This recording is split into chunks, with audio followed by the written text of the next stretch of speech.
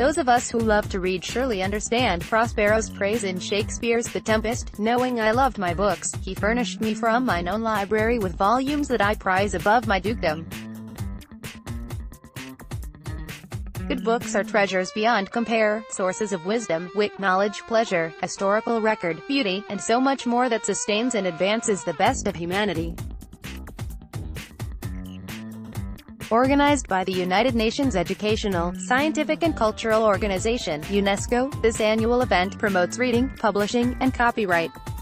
Book giveaways and free downloads, special readings, literacy campaigns, and other activities illuminate the joy of books. The original idea for the day came from Spanish writer and editor Vicente Clavel Andrés to observe the death date of Miguel de Cervantes, best known for writing Don Quixote. Coincidentally, it is also the anniversary of Shakespeare's death and the births and deaths of several other well-known authors.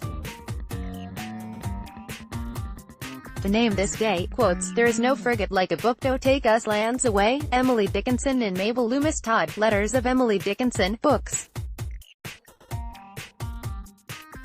are like lobster shells. We surround ourselves with him, then we grow out of him and leave him behind, as evidence of our earlier stages of development. Dorothy L. Sayers. In the unpleasantness at the Bologna Club, when I was about 8, I decided that the most wonderful thing, next to a human being, was a book. Margaret Walker and Brian Lanker's I Dream a World, in illuminated manuscripts and other books of beauty. It is impossible to separate art, religion, and magic, for all three work together to make their ordinary acts, reading and writing, truly enchanting. Thomas More. In the re-enchantment of everyday life, I read my books with diligence, and mounting skill, and gathering certainty. I read the way a person might swim, to save his or her life. Mary Oliver. In Blue Pastures, I do love second-hand books that open to the page some previous owner read oftenest. Elena Hampton. 84. Charing Cross Road. Just the knowledge that a good book is awaiting one at the end of a long day makes that day happier. Kathleen Norris. In Hands Full of Living Films. Films which reveal how much we owe to books, especially for building bonds between people, abound. Here are some of our favorites. 84. Charing Cross Road concerns a friendship that springs up through a shared love of out-of-print books.